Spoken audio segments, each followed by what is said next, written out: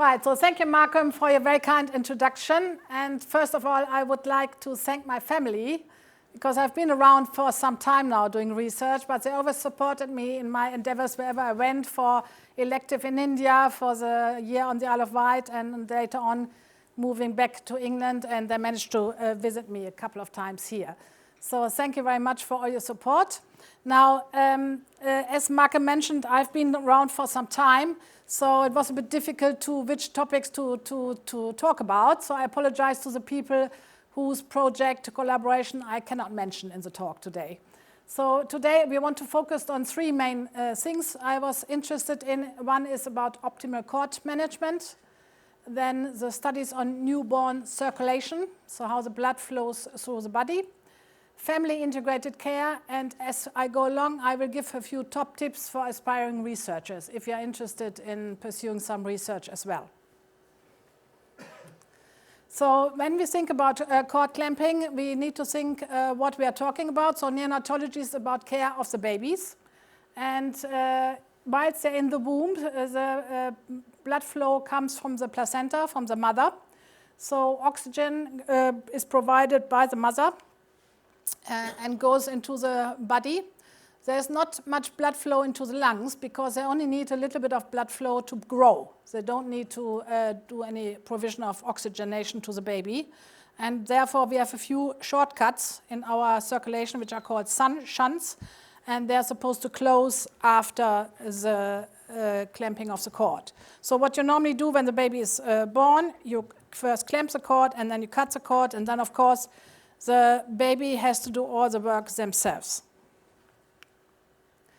Now, if we think about our ancestor, there was a very good description by Soranus of Ephesus, who was a scholar in Rome more than 2,000 years ago. He wrote a text which is called Gynecology, and he did a very good description on how to support a mother during the birth of the baby, but also what to do with the baby. So at that time, 2,000 years ago, our ancestors were very clever already. They recommended actually after the baby was born, had all the shaking and all the rough journey, to actually give them a rest. So they actually put the baby on the floor on a towel and left the cord intact, which we are now learning again. And then their reasoning was that there were two people certifying that this baby came out of that mother to justify, to make sure that this was a female line, at least that the baby belonged to the mother. Now today we have a few other reasons why we want to do that. Fast forward, 1885, von Engel, who was an obstetrician in Munich, did one of the first described formal studies on what would be the effect if you kept the cord intact. So what he did, he had term babies, put on a scale, which not an electronic one, and then he waited for a few minutes, and then he measured the additional birth weight the baby would have. And on average, the baby had 200 grams more. So we are talking about something which has been known for more than 100 years, but of course these days we have to do modern studies on that. So what are problems in babies which we are caring for now? We are caring quite a lot for babies who are born prematurely, so too early. And there are a couple of problems where we are thinking about. One is about how do they adapt after birth with the circulation.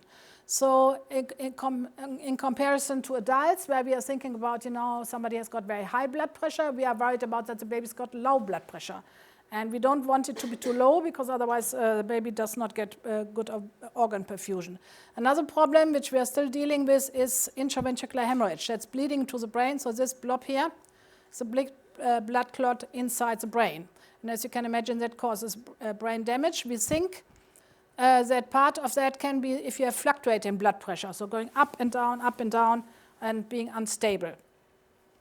Another problem is, which is what brought us to study this, is that babies who are born too early, especially those who are born more than 12 weeks too early, at 28 weeks and below, get at least one blood transfusion during the stay in the hospital. And when we started these studies, that was quite a problem, as the babies need a very, very special type of blood transfusion, which is very difficult to get.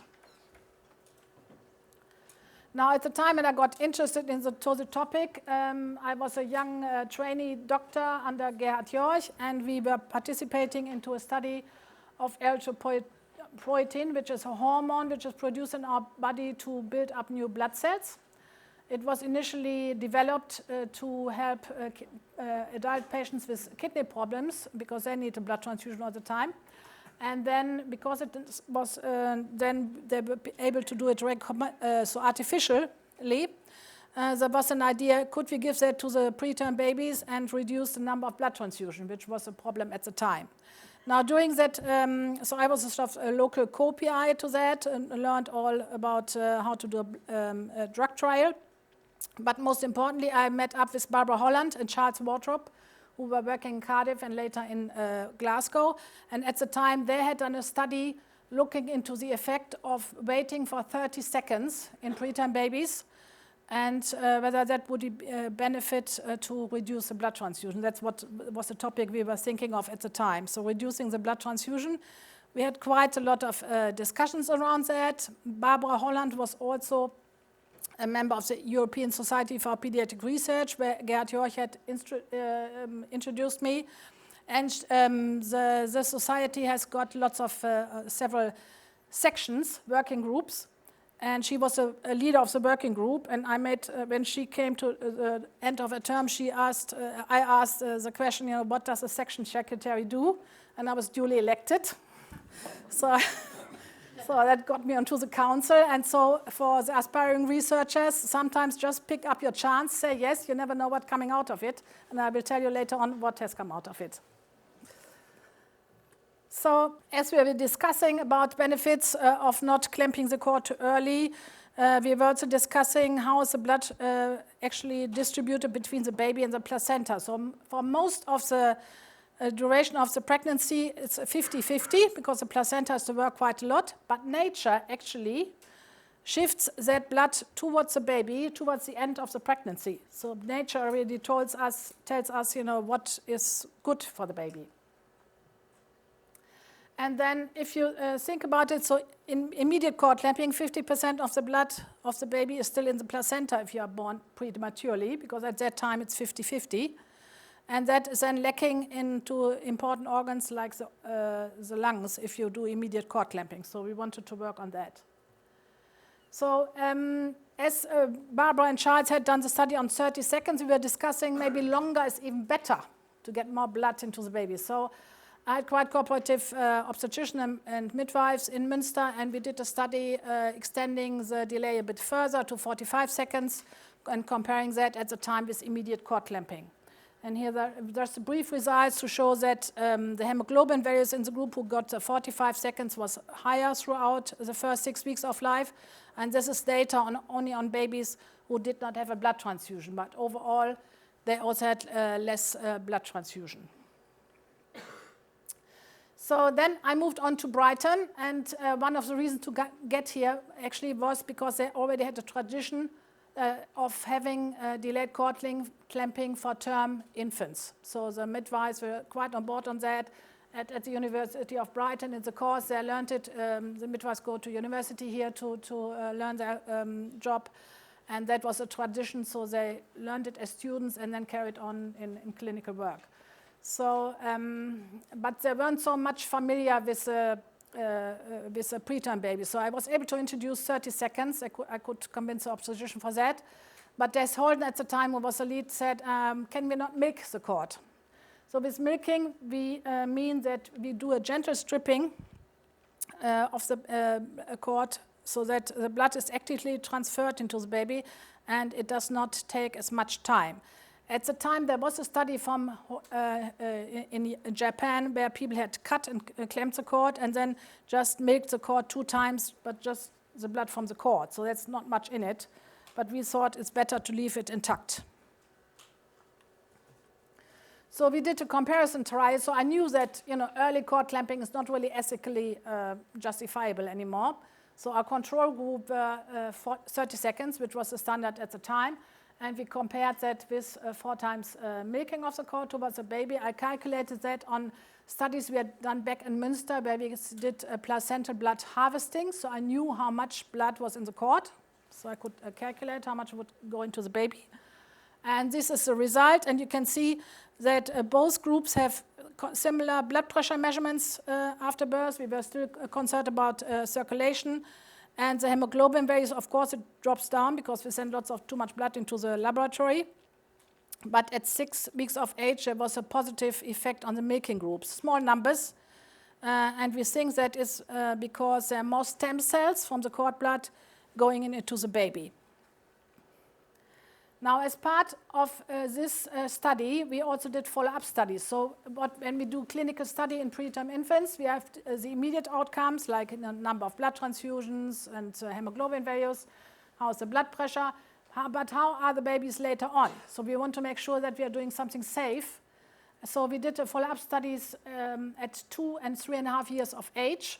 And you do a formalized Bailey assessment on that. I did that together with Susan Ayers and Alexander Sawyer from the University of, from the Psychology Institute. And we could show that milking of the cord compared to delayed cord clamping of 30 seconds was safe. And there was no increased risk for cognitive or language or motor impairment. If at all, the milking group did a little bit better. When you enroll babies into a trial, we have to do that before birth. So it's very, very important. As a neonatologist, we always take care of parents as well, so family and parents.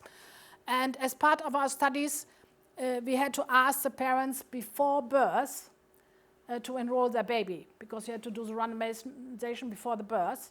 And that's a very stressful situation for the parents. You know, they're expecting or unexpecting preterm infant, all of a sudden they're in hospitals, all different from before, they're frightened, their mom might be ill. And so afterwards we did a qualitative study asking the parents, you know, how was their enrollment process, could we do anything different? And what was really interesting to see that the parents actually felt that that was a contribution they could do towards the health of their baby. The moms, otherwise they have to rely on the midwives and the doctors, and that's something they could give to the baby, so something positive. And they also had a very altruistic attitude. So they understood even though their baby might not benefit, the next one might benefit if you do and we have done a couple of other studies on similar questionnaires, and that's really interesting to see and important to have the parents' voice into that as well. So our study was the first one to use a novel study design, not to use immediate cord clamping as a comparison. And we did a comprehensive workup with a follow-up at 2 and 3.5 years, which is still lacking for lots of the studies which are done now. And we also asked the parents and got the qualitative results as well. Now, as I've said, the studies in neonatology are much, much smaller than the ones we can do in the adults. So we don't have 10,000 people with diabetes or 10,000 people with hypertension or high blood pressure. So another way of looking into what are the effects of our studies and how much value is in it to do a secondary analysis, which is called a meta-analysis. And that means you take the results from all the studies who have done sort of similar study design and compare the results and make a summary from their results. So as I was already publishing on this topic, I was asked in 2002 to be the lead author for the Cochrane review on early umbilical cord clamping versus placenta transfusion at the delivery of preterm infants. That was I was asked by the Liverpool study group on that.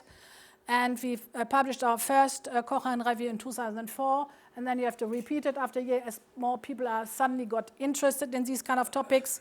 And in 2012, we repeated it, and we showed that there were 40% fewer blood transfusion if the babies get at least 30 to 60 seconds of cord clamping time. And so you wait a little bit, and the baby gets more blood from the placenta into the baby. Now, the most important result from the 2012 review was actually that we were finding a reduction in hospital deaths by 27 to 30%. So if you reflect on that, you wait for 1 minute, it increases the chances of survival by 30%, and the 1 minute is for free. You don't need to pay anything. So that was a sort of really major finding. So these Koch and Rabe do have a specific and very strong role in our clinical practice in neonatology, because we do not have massive amount of patients to include in our studies.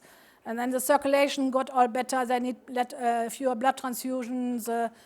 Blood pressure is better, and that means they need less inotropes, that mean, so drugs for making the blood pressure better. And there were a couple of other signals as well. So after this publication, or actually before, we provided the data to the World Health Organization, who picked it up and issued a guideline that all babies should have at least 1 minute of cord clamping time before clamping and cutting the cord, waiting. And they did a nice guidance here to it. So a little pathway for babies. So you check the baby over once they're born, you dry them, remove the wet cloths, check on them and so forth. And if you do all of this, 1 minute is already over. So you give people something to do so they don't panic, because it's a bit, you have delivered the baby, you have done all the action, then all of a sudden you have to stop and wait. And that's psychologically, that's quite difficult for people to follow. The other thing, as more data has now come out, the WHO actually says immediate cord clamping is contraindicated. So that's quite a strong statement from them. So you don't see it. That was quite a unique moment in my career, I have to say, because WHO does not always consider your studies. So it's quite nice to see. And now, they've done it. So how does it get into the management of every baby? Now, I've talked to you about the Koch studies, and now we are having even bigger consortium to make the meta-analysis even stronger. Lisa Aski in Sydney has obtained some funding to do a very special analysis, which is called individual participation data analysis for the cord management in preterm birth. So that means all 120 authors who agreed to participate have provided their original data into a massive database. We have now more than 7,500 patients in there. And what it enables us is to not only compare immediate cord clamping with delayed cord clamping of different times or with milking of the cord, but we can also compare the different ways of cord management among each other. So you need fancy statistician for that, but they can do that in Australia. And we, on the first 5,500 patients, we have published the first two publications in the Lancet in last November. So more are coming out with the larger cohort. And we do have, some people have done follow-up data as well, so that will be very interesting to look at. Now, I've mentioned already that parents need to be involved in this because they're part of the baby's birth. And it's very important to engage with parent stakeholders. So there is a European Forum for Care of the Newborn Infant based in Munich, which is actually an umbrella organization of all European parent societies who are dealing with the health of the mother and the baby. They have a very strong lobby. They are lobbying 50 members of European Parliament, and they are issuing standards of care for mothers and babies. So not only for babies, but the mothers as well.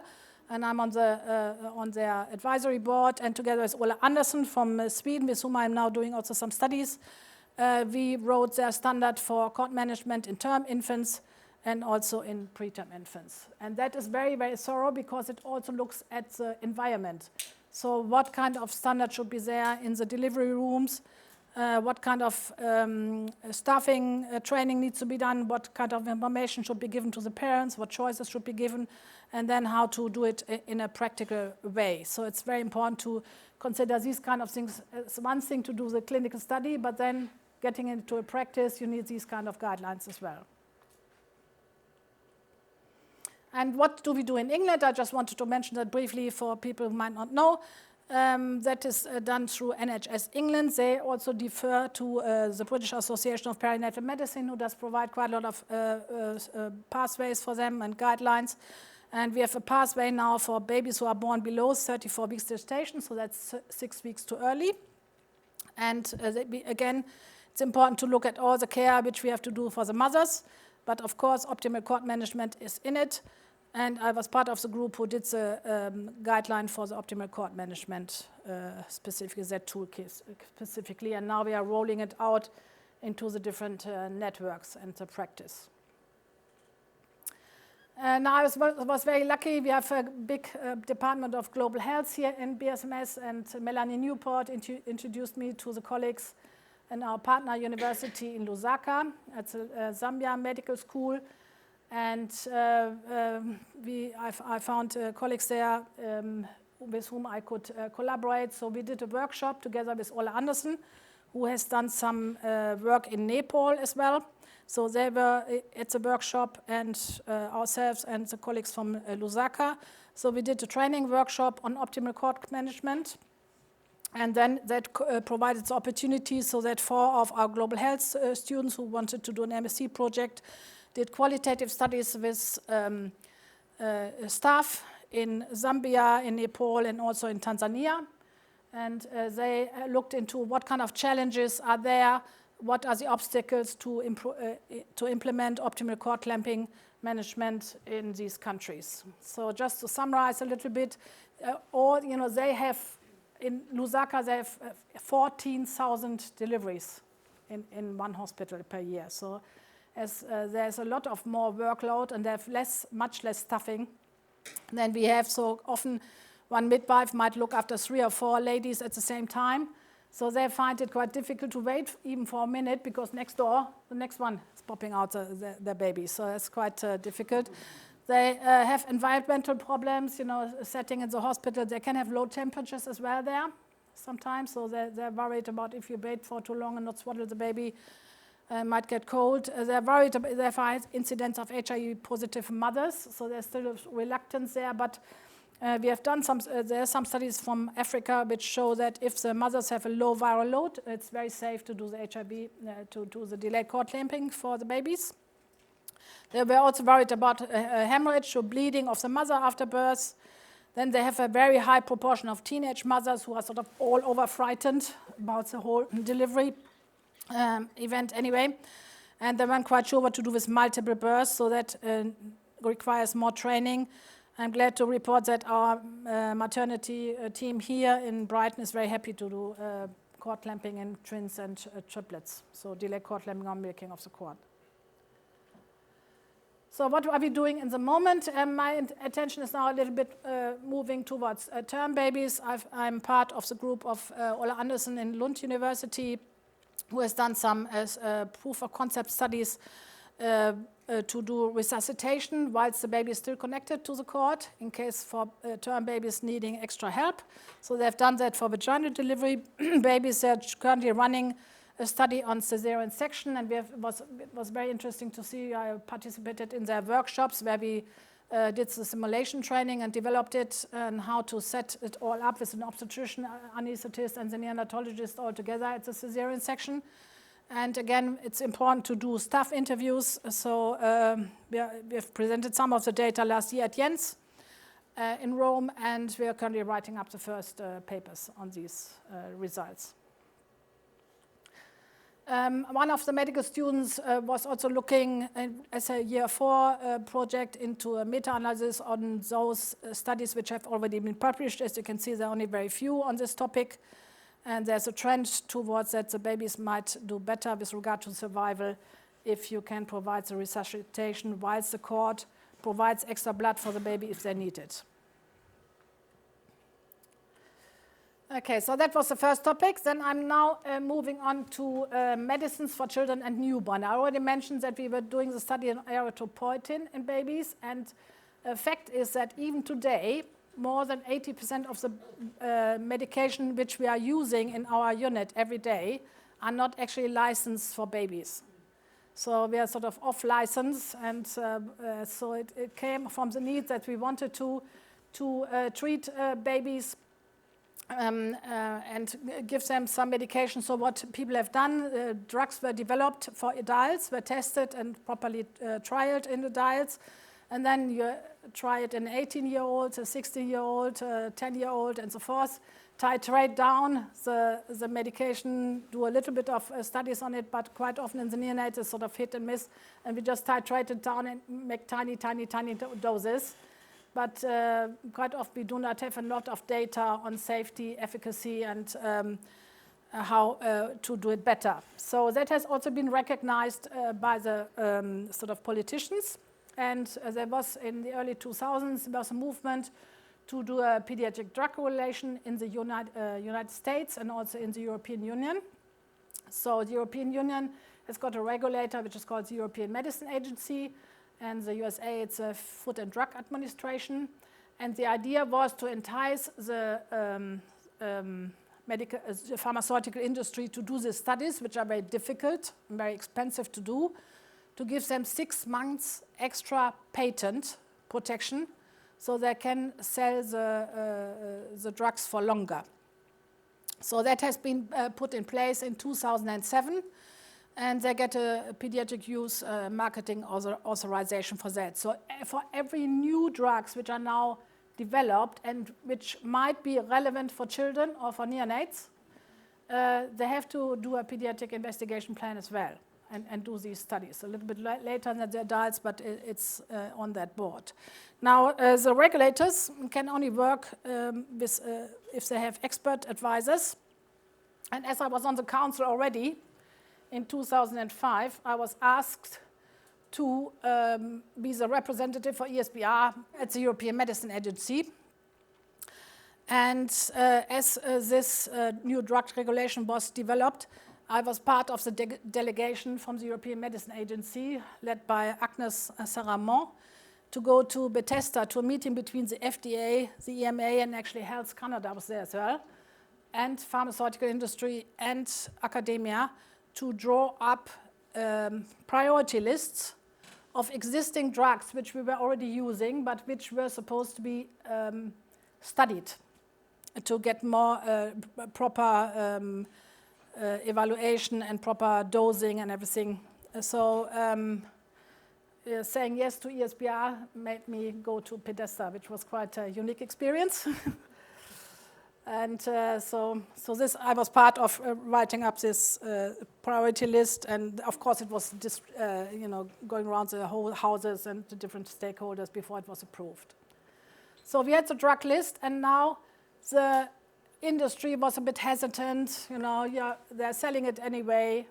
Why to bother? It's expensive. So the European Commission put some money into it, and as I felt the hesitation, we were in a sort of pediatric network there. I thought I'd ask around Europe and get a consortium together. So we worked very hard, and I would like to thank David Cook at this time, because he was very essential in doing the grant writing. And we got funding from the FP7 Health program to study dobutamine. As you can see here, all the different, so we had 17 partners in 8 countries, so you need to know a lot of people and the right people and get the right consortium composition together to do this. And then that was a massive amount of work for 7 years. I also want to thank all my colleagues who backed me up on writing this grant, so I could actually buy out my time to have some research time to do this, whilst I was still a full-time NHS consultant. And all the neonatal consultants on the ward stepped in and did my clinical work to that. And then obviously handling the award was done heroically by Scott Harfield, R&D manager at the Trust, which is actually quite a complicated matter to do. So he did that excellently. So what were we supposed to do? We had to provide an age-appropriate formulation for dobutamine. So what that means is that as I said, we use the adult drugs all the time, and they have a lot of preservatives in it. As if you buy a drug in the pharmacy, it will tell you, it's valid until May 2026, and that is because there are preservatives in it which makes the drug work until that time. And these preservatives might potentially be not good for the babies in 50 years' time. So we actually don't know. We give them a lot of drugs, and we give them all these preservatives. So the idea is to come down with this preservatives. It's quite tricky if you have a drug like dobutamine, which is quite unstable in the thing. And the other thing they wanted is a study on a new definition of neonatal shocks. That means not only using blood pressure, but using other measures to consider baby's circulation and to assess whether they might be poorly. So what we achieved in these 7 years was quite an ambitious plan. So we had to do a pediatric investigation plan. You have to submit that to European Medicine Agency. We developed together with a company an age-appropriate formulation that was very tricky. During that time, you have to think about, what vial, glass vial, which size, printing of the label, all sorts of things. And then we did a pre-clinical animal study that was done by colleagues in Bilbao. We worked quite a lot on novel combination of biomarkers, which we might be able to use to measure baby circulation. The German neonatal network had lots of gene markers, and they identified that if the babies have a gene for which makes them due to have hypertension later in life, so high blood pressure later in life, that actually reduces their risk of death. So there is already something in the genes to help with circulation.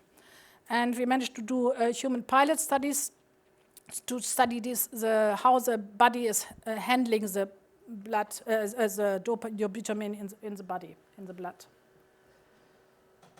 We didn't manage to do the very large trial we wanted to do, we're just running out of time. Anyway, I just want to focus a little bit of things which we have done here quite a lot in Brighton. So one thing we learned is that when you use a standard infusion set, which we're using here for preterm babies, so that's a catheter which goes into the baby's body, and then we have the infusions here. It takes up to, if you have a baby who is 500 grams, it takes 62 minutes before the first drop of the blood, of the dobutamine actually goes into the baby's blood, which I didn't know before. So that is a very practical thing, which we now take into consideration if the babies need this kind of drug. Liam Mahoney was the PhD student at the time. He's sitting over there, came all the way from Bristol. And he did, together with Paul Seddon and David Wertheim, we did studies on regulation, how is the cardiovascular adaptation in babies who are near term, so a little bit too early, born too early, or at term. And we used a number of measures of cardiac function, like an ultrasound of the heart, ECG, and also a novel analysis on pulse oximetry traces. So that's what we normally use for checking on the oxygen in the blood. But as you can see, there's some variation, and he was able to define these variations and define what would be a normal reaction in preterm and term infants. And on top of that, you can also get the breathing pattern out of those traces. We were very lucky to have Bhavik Patel here. He's from the University of Brighton School of Pharmacy, and he also has an interest in pharmacology studies. And we had Catherine Karopakan. She was a medical student who did an MSc, and looked into the stability of our infusions. So what we do, we use this dopamine, dobutamine, and you have to mix it up with glucose or with normal saline. And what we noticed is that if we came to the end of infusion, which we normally change after 24 hours, that we had to titrate quite up, and quite often they had also fluctuation in blood pressure, which is not very good for the babies, when we changed the infusion rate. So she did some studies in the laboratory mimicking our environment. Our nurseries are very hot here, that might destabilize the dobutamine as well. And she discovered that there's quite a decline in the concentration if you wait for too long. So we changed our application of the inotropes. These are the drugs for blood pressure support. So we now change the infusion at every 12 hours. We wait for 30 minutes before connecting it to the baby, and we wait for another 30 to 60 minutes before we do any titration, because we know it takes some time to get the first drop into the baby. We also found out which would be the best mixtures for stability, and we are using that now on our board. And I know from publications and lectures I've given that other centers all over Europe have taken that up as well. So that's another impact, sort of side effect impact, which came out of these studies. Now, I've already talked a lot about networks. Now, as part of all these activities, I was invited to join the International Neonatal Consortium. That's a sort of platform again, where stakeholders, so the FDA, the EMA, Health Canada, and the Japanese Health Authority are meeting up with pharmaceutical industry and with academia to create standards which are needed to study the new drugs, which I've mentioned before. So in order to study them properly, you need to know how to do it best, because you want to do really high-quality studies. And for that, you need quite a lot of advice. And I'm co-chairing the hemodynamic adaptation working group, and Stephen Bremmer kindly joined that as well, where we are looking at these three questions. So what is the normal blood pressure range in newborn babies up to 3 months of age? Because we want to, some babies might have hypertension as well, high blood pressure as well. What could be maternal influence factors? There are really very little knowledge about if mothers have to take some medication during their pregnancy, what influence that has on the baby. So that's an area which really needs more attention. And what are recommended methods of measurements if you are using blood pressure measurements? So I know for sure that these kind of standards which we have drawn up will be used in future drug pediatric investigation plans. I'm also part of the neonatal seizure group in that platform. We have published a master plan on neonatal seizures. Since it was published, the FDA has requested that every single pediatric investigation plan covering neonatal seizures had to follow this master plan. So it's really worthwhile making the effort, so have high quality studies. Now, enough about drugs. Back to the families. So what we are currently doing, I can only briefly mention. So we are currently in the Family Integrated Care Consortium called Rise in Family, led by Adelina Pellicer in Spain. And that is about a project which has been described by the colleagues in Toronto, in Canada. They have done a large study. And what you do, you integrate parents into the care of the babies, even for the medical things. So, and that has shown that it reduced the parental anxiety, because they're quite often very anxious. Having a baby on a neonatal unit, that's really quite a thing for you. And but also because less people are touching the baby, lots of things are done by the parents. There's a reduced incidence of late onset sepsis, so infection, which does occur in our ward, no matter how careful we are. They have better and decreased weight gain, and that's why they can go home earlier, so the decreased length of stay.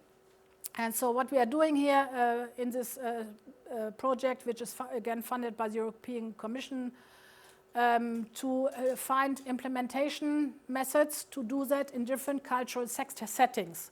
So I'm very happy that the colleagues in Zambia agreed to be part of this consortium, and we have colleagues in Spain, Netherlands, Romania, Turkey, ourselves, and Zambia for that, and the Canadians are our advisors. So what we do exchange visits. So we have had people coming over here, we are going there as well, to learn from each other. And we have a sort of what is called a quality improvement circle. So we have made a plan, what we want to do, create a platform with training material, because this can only be done if you also train your staff. The staff needs to know what it's all about, and they also need to be trained how to train the parents. And then the parents need to be trained, you get feedback from them, and we also want to do a health economics analysis, because it's very expensive to have a baby on a NICU.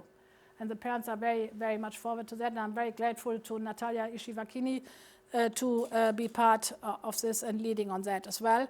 And then hopefully we'll find some modules which then can be used in other countries who are not part of this consortium and project, or other cultural settings. So just briefly say what we are doing here. Again, we were very lucky that at the time when we got the funding, NHS England had also decided that they wanted this family integrated care to be implemented in England. And as part of that, we are part of a network, Kent, Surrey and Sussex Neonatal Network. They funded care coordinators led by Anna Francis, who do a brilliant job. They've done a scoping exercise of all the units, all what kind of needs they might have to do this family integrated care. They've done parent surveys, which are ongoing. And our local unit are developing parent-led family integrated care ward rounds, where the parents really report on their baby, not us. They start reporting on the babies, you know, and so they get, and it's very beneficial for them, I think, so far. It's still in the sort of preparatory phase. Now, how do you train the parents? That, again, can be different in different countries. In Spain, for example, the parents want a handbook. The English parents said they want little cards. And for each card is on a different topic. So currently, the network steering group is designing these cards for UK sort of environment. And again, we are very grateful that we have parents on the steering group, expert advisors, who feedback. Anybody can feedback, and this is an example. So it's really heavily involved with parents' input, so that the cards are really also fit for purpose. So they're very brief, simple illustrations, and then there's always a QR code where they can have further information on the network website. So that's ongoing, so watch this thing. So I've come to the end of my lecture. I hope it was not too boring.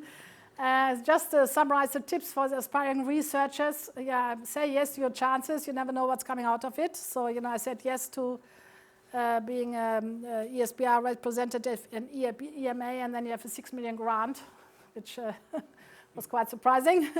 Team up with networks and learned societies. So in the learned societies, quite often there are working groups where you might engage and, you know, get some new ideas what needs to be studied. I'm a clinical researcher, so my questions come from my parents and babies on the units. You know, that's where I get the questions to study. Systematic reviews are a good starting point, especially in neonatology. So you review the literature, what is already known, and it often identifies the knowledge gaps. So that's very important. Persevere. You don't get the grant, you have to write 7 grant applications to get one through. And you can also register as an expert reviewer with the European Commission. Anybody can do that. And through that, you get to read other people's grant applications. So you can see what is the standard and also what is the trend, what is the EU after, because that changes over time. So if you are going into a grant application, you already know what they're after. And with that, I conclude, and thank you very much for your attention. I want to thank all the people with whom I've worked over the past 30 years. And I may now introduce Vice Chancellor Professor Deborah Humphreys to conclude the proceedings. So thank you very much.